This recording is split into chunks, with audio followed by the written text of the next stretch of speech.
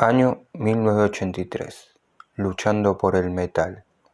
Desinteresadamente, un muchacho llamado José María contacta a B8 con Audiomagnética, empresa dedicada a la fabricación de cintas magnéticas, que con este grupo abría un sello chico bajo el nombre de Umbral, con la intención de editar trabajos de grupos con poca experiencia y escasísimas posibilidades de grabar.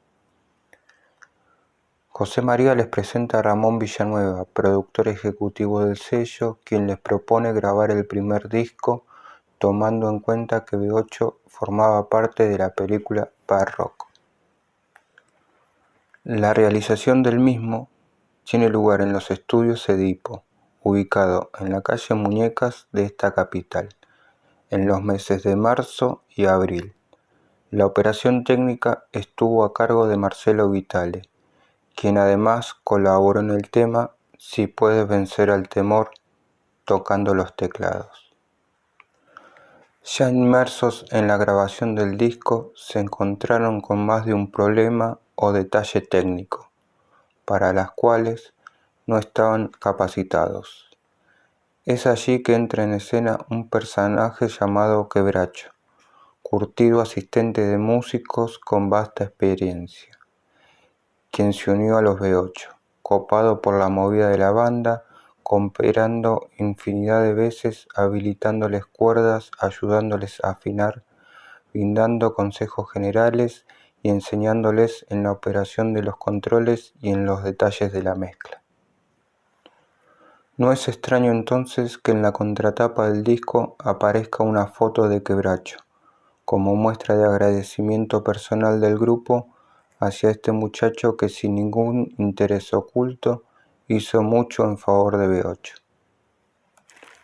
A raíz del descontrol de sus actos, del que daban sobradas muestras, la producción a cargo de Villanueva toma sus recaudos enviando a un muchacho llamado Berniz al estudio, con la intención de que los controlara lo suficiente para evitar excesos en los que algunos miembros incurrían.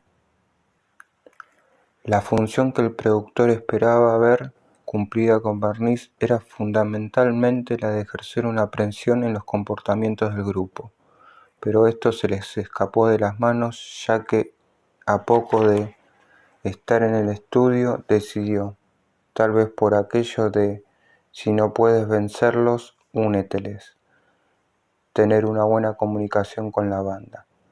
Tal es así que una tarde Osvaldo Civile sufre un agudo dolor de muelas y Berniz lo acompañaba al dentista. Llegados al consultorio, el guitarrista observa que la espera iba a ser más larga de lo que estaba dispuesto a soportar, por lo que frenético abre la puerta intimando al odontólogo a su inmediata atención, aduciendo que como artista sufría mucho más el dolor que el común de las personas. Berniz automáticamente apoya las palabras de Civile, quien logra la rápida asistencia, recuperándose poco después. La grabación del disco se realizó en un marco de estrecha producción, disponiendo la banda de muy poco tiempo, no solo para la grabación en sí, sino para todo lo que concernientemente hacía la edición del LP. Una prueba de esto es que el motor del tema Destrucción, que en un principio Iorio ideó que fuera el motor de un V8, al no encontrarlo en forma inmediata y bajo la presión del tiempo, se vio forzado a ir a un garage de la vuelta del estudio y grabar el sonido de un Torino que, entre los que se encontraban en ese lugar, era el más semejante. En oposición al bajo presupuesto y a la consiguiente tiranía del tiempo se encontraban el entusiasmo y las ganas de llegar a la creación con las pocas posibilidades con que se contaba. Es así como Ricardo Iorio, propulsor de no esperar a tener todo en orden y bien ensamblado para recién entonces salir a tocar, tejía mayormente la historia de B8. No solo a medida que las propuestas iban llegando, sino también a través de su trabajo personal y sobre todo de su convencimiento en salvar los obstáculos e inconvenientes siempre presentes, a fuerza de talento perseverancia y habilidad. Los temas que integraron esta primera placa se lograron en su mayoría trabajando en conjunto y las letras pertenecen a Ricardo Iorio a excepción de Parcas Sangrientas y Ángeles de las Tinieblas que corresponden a la autoría de Beto Samarvide, Torturador a Osvaldo Civile y el célebre Destrucción inicialmente compuesto por Gustavo Rouek y luego pulido por Ricardo Iorio. Entrando ya en el final de la grabación de Luchando por el Metal, se dedican al tema de la contratapa. Originalmente, Iorio había ideado que la misma consistiera en una foto en negativo de todos los fieles seguidores con los cuales contaba B8, sin haber editado un disco, pues eran estos los que habían fomentado la grabación al haber creído en aquella idea primitiva que uniera a Moreno con Iorio en el invierno del 79 y provocara la apertura del metal en nuestro país. Con este objetivo convocan a través de amigos usando el método más antiguo de difusión, es decir, boca en boca, a toda la gente seguidora de B8 a reunirse en las barrancas de Belgrano, lugar apto para tal propósito. En realidad, ni todos juntos pensaron que el poder de convocatoria iba a ser tan grande, ya que los concurrentes respondieron con mucho fervor a esta propuesta, por demás atrayente, de participar en el primer disco de heavy metal del país, acompañando a su banda más representativa. Pero toda fiesta tiene su fin, y esta lo tuvo de manera abrupta, antes de comenzar y sin mediar la voluntad de anfitriones o invitados, habiéndose reunido ya una muy considerable cantidad de personas.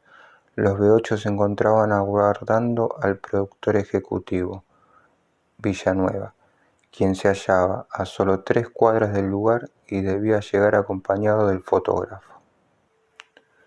Como estos se demoraban, Ricardo, junto a un amigo de Caseros, se dirigen a hablar por teléfono cuando a unos pocos metros son detenidos por 2 policías de la comisaría número 33, quienes le ordenan a Iorio a sacarse la muñequera que llevaba, hecha con un velador, y al rasparla contra la corteza de un árbol, consideran inmediatamente que era portador de un elemento peligroso apto para desfigurar un rostro.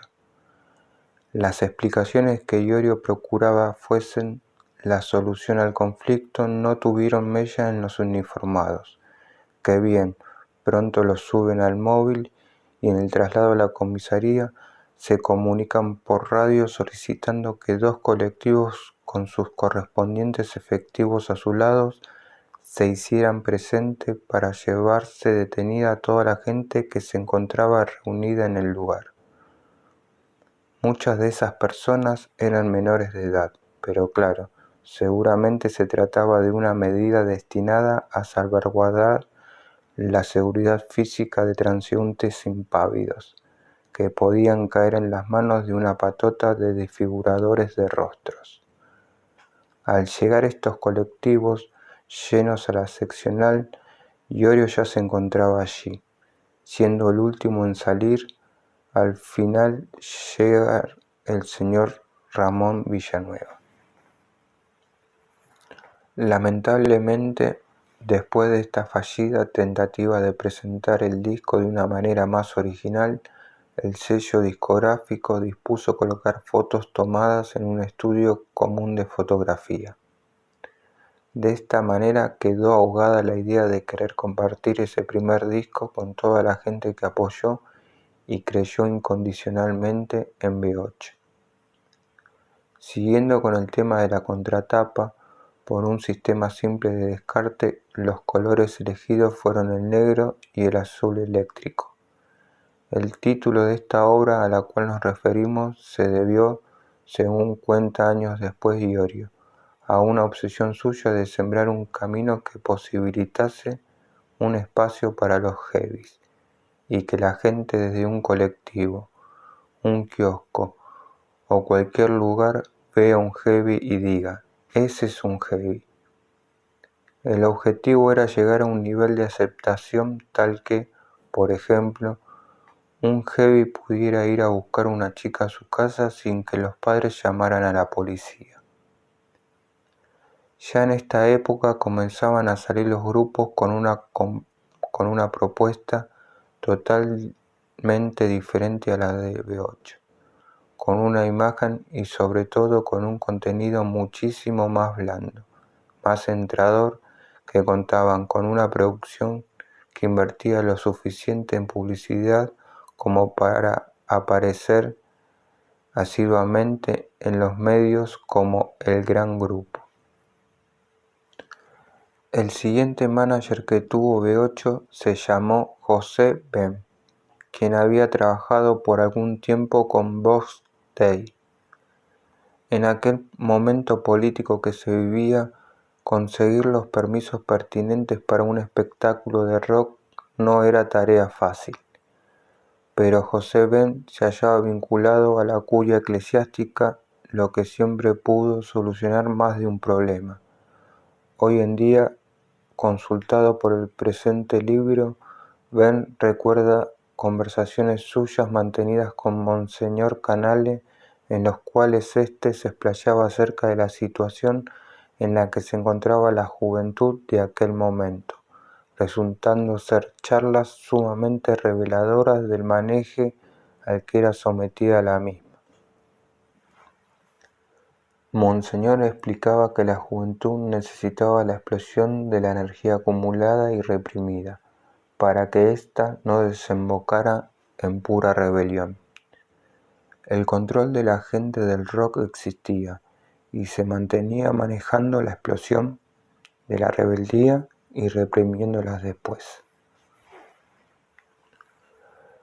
Pero volviendo al tema, al enterarse Ben de la dificultad de Riff de presentarse en Capital a causa de la violencia establecida en sus conciertos y luego de conseguir los permisos necesarios, evidentemente el nexo Curia-Ben tenía sus ventajas. Decidió ir a Mundo Epifanio, por aquel entonces productor de Riff.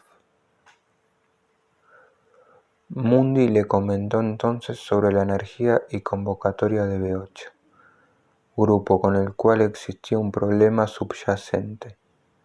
Él no los podía manejar, ya que Iorio siempre se había resistido, manteniendo una firme postura de repudio frente al enfoque comercial que Mundi intentaba darle a B8.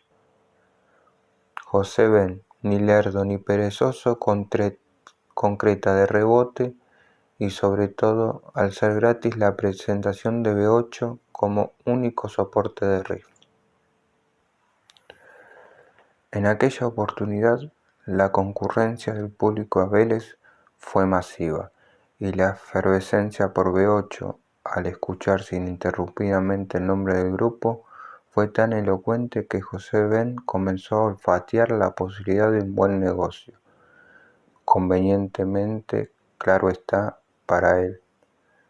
Si bien la actuación de B8 no fue brillante, con los instrumentos curiosamente desafinados y notorios problemas de sonido, estos factores no repercutieron en el ánimo del público, que lejos de reparar en estos detalles, los apoyaron de una manera que cualquier banda envidiaría.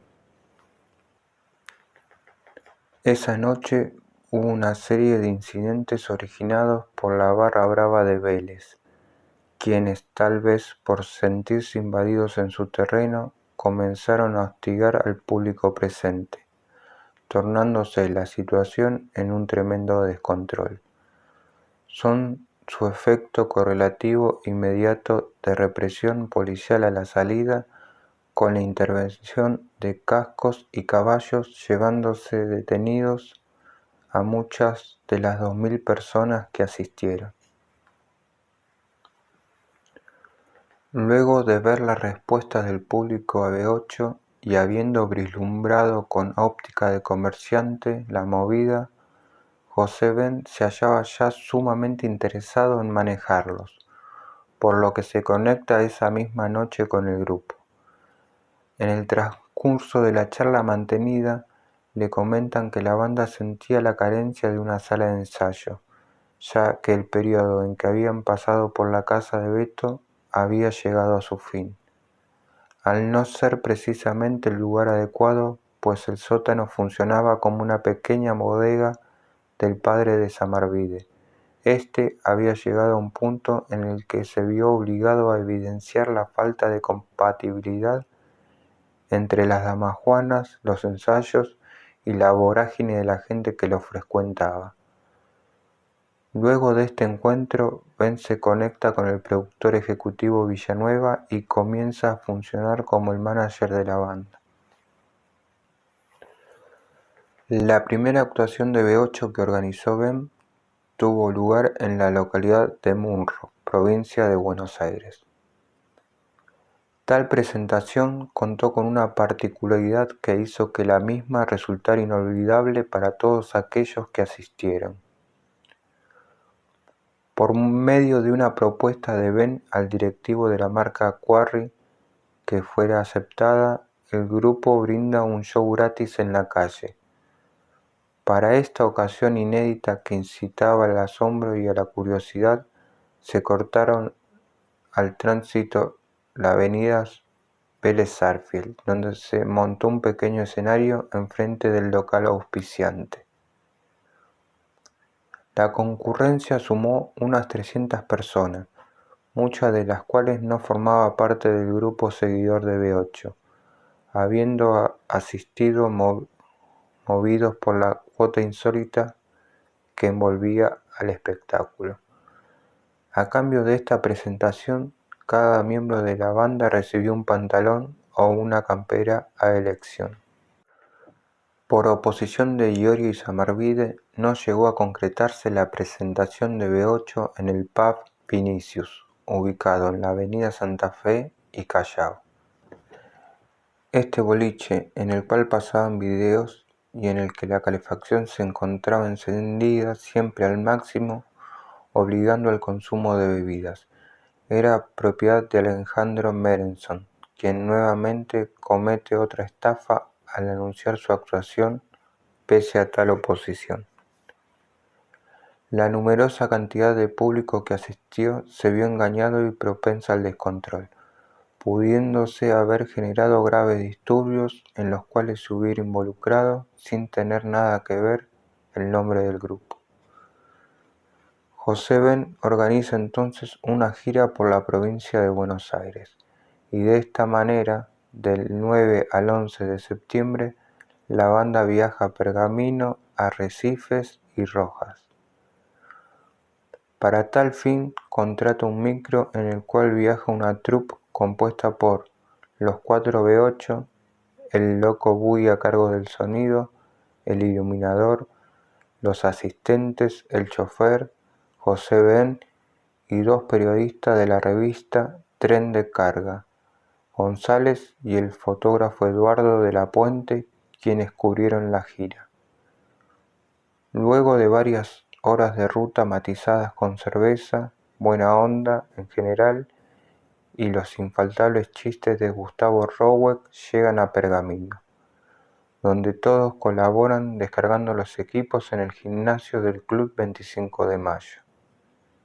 El recinto era un galpón con un techo cóncavo de chapa, factor que derivó negativamente en el sonido.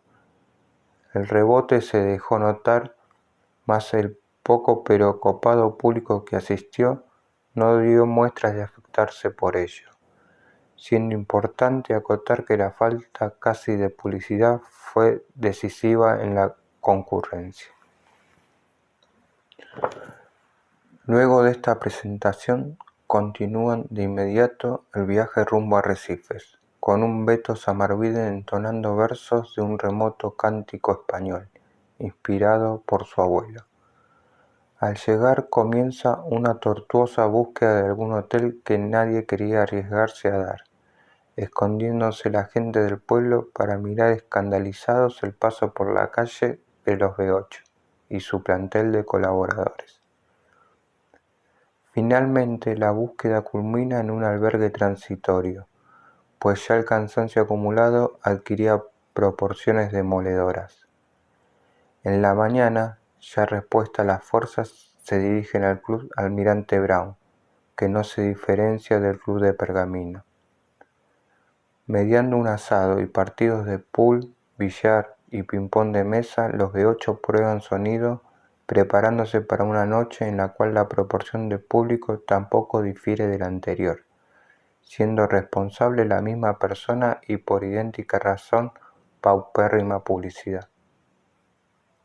A pesar de esto, la energía de B8 logra una conjunción con el loco Boogie, quien se esforzaba por atenuar el rebote del sonido, brindar y estrenar un auténtico show heavy por aquellos lares. En la ciudad de Rojas, el panorama fue diferente. Desde el primer momento en que llegaron, los B8 fueron bienvenidos y agasajados por un grupo de chicos que los esperaban a la entrada del pueblo, demostrándoles lo que significaba para ellos esta banda y su presentación en Rojas. Mientras en horas de la tarde los asistentes se encargaban de armar el escenario, los B8 mantenían una entrevista con una revista local. Al caer la noche, el público que asistió rondaba las 400 personas y en medio de un clima de verdadera fiesta, B8 irrumpe sobre el escenario y es recibido con una ovación impregnada de entusiasmo y fervor, retribuida con un show impecable, pleno de fuerza y magnetismo.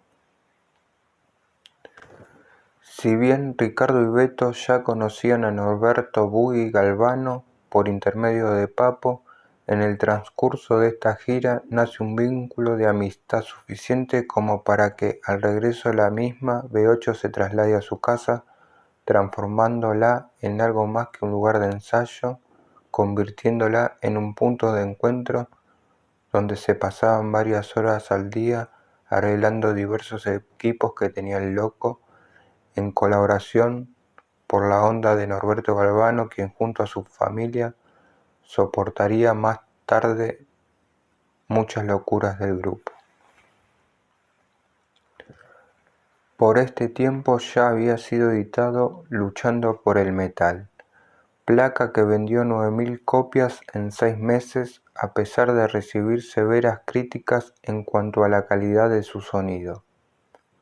B8 se presentó además en Domingos para la Juventud, en aquel momento único programa de TV destinado a los jóvenes, y en los programas radiales 9 p.m. y Little Stone. El viernes 7 y el sábado 8 de octubre de este mismo año, B8 presenta en el Estadio Obras como grupo soporte de Barón Rojo. Como invitado de B8 tocó el guitarrista Beto Frontera, de quien Civil era discípulo y amigo, dándose una especie de agradecimiento personal entre ambos. En la semana anterior a este concierto, los ensayos se efectuaron en las proximidades de la estación Fernández Moreno, provincia de Buenos Aires.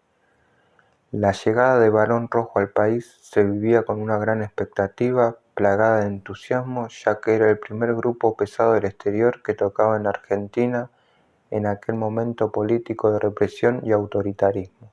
Por supuesto, sin dejar de tener en cuenta que los varones eran españoles y no ingleses.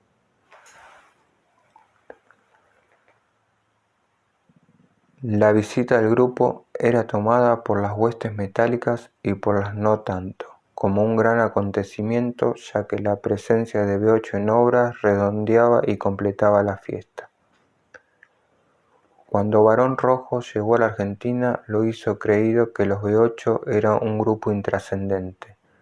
Luego de escucharlos la primera noche quedaron asombrados, exclamando Campuzano al observar el show, que eran tremendos, señalando que parecían un grupo europeo y que debían ir a tocar allá. Ese mismo viernes, B8 realiza su primer doblete presentándose en el Cine Ituzaingó, frente a la estación de San Antonio de Padua. hallándose el grupo tocando para un público que rondaba las 300 personas y en un momento en que los músicos afinaban sus instrumentos, se desata una discusión entre unos inadaptados que intentaban robarse unos cables y uno de los asistentes, Jekyll, quien trataba de impedirlo. Al sonar los disparos, la confusión ya fue total, y en la desesperación de la gente que pugnaba por salir, se rompieron también los vidrios de las puertas. Alguien había llamado a la policía, quienes se hicieron rápidamente presentes, totalmente decididos a una represión que alcanzó características tremendas. En conclusión, y haciendo un ligero análisis de estos acontecimientos, los efectos negativos que se sustraen son que los que pagaron siempre la represión siguiente al bardo generalmente no tenían ninguna participación en el mismo. Pero lo que constituyó seguramente el mayor perjuicio fue el daño que estos ignorantes provocaron en la movida heavy y en los que sí creían en ella, desde músicos hasta el público mismo. En el último estertor del 83 y de su propia función como manager de B8, José Ben organiza un concierto en el estadio cubierto de Platense el 23 de diciembre. Los ensayos previos a tal presentación se efectuaron en una sala ubicada en la avenida Rivadavia e Islas Malvinas, en la zona de Caballito. Allí, en un pequeño estudio adyacente, grabaron un demo del tema Deseando destruir y matar. Desde las primeras horas de la tarde en las que el grupo llega al estadio, la cantidad de gente que se encontraba merodeando en la zona era impresionante. El show estaba auspiciado por la revista Tren de Carga, regalándose en esa oportunidad ejemplares de la misma.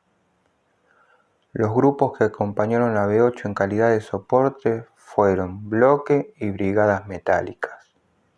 Pem, sumamente hábil para los negocios, tenía un arreglo con Quarry, marca que por esa época había lanzado al mercado una línea de camperas y jeans con la que casi podría llamarse un toque metálico.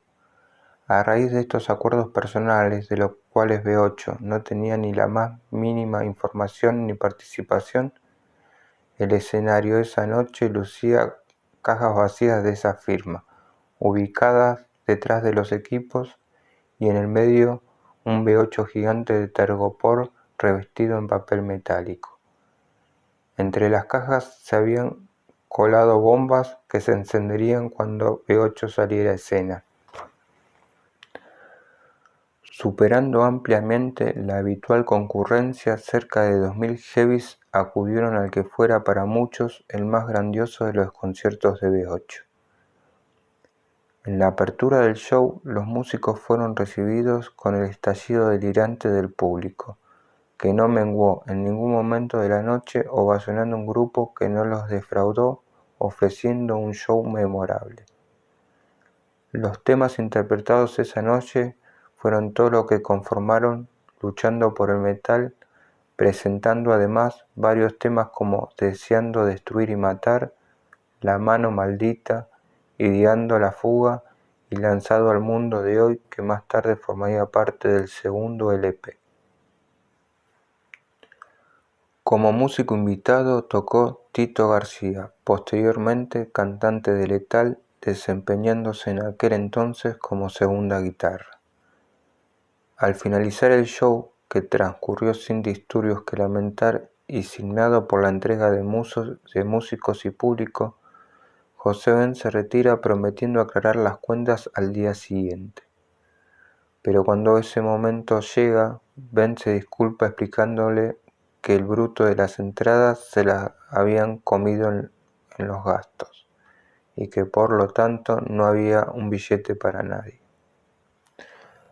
Esto era algo bastante difícil de creer, aún para un grupo como B8 que no tenía en cuenta la parte económica ni invertía energía en tratar de mantener un control sobre el destino que seguía el dinero que aportaban sus seguidores a través del pago de la entrada. Aun cuando el número de gente en Platense había sido muy superior al acostumbrado, José Ben era plenamente consciente del descuido del grupo en esa materia, y así es como inmediatamente después de esa reunión y cometiendo su último acto de piratería con B8, Ben se toma unas preciosas vacaciones en las soleadas playas de Brasil.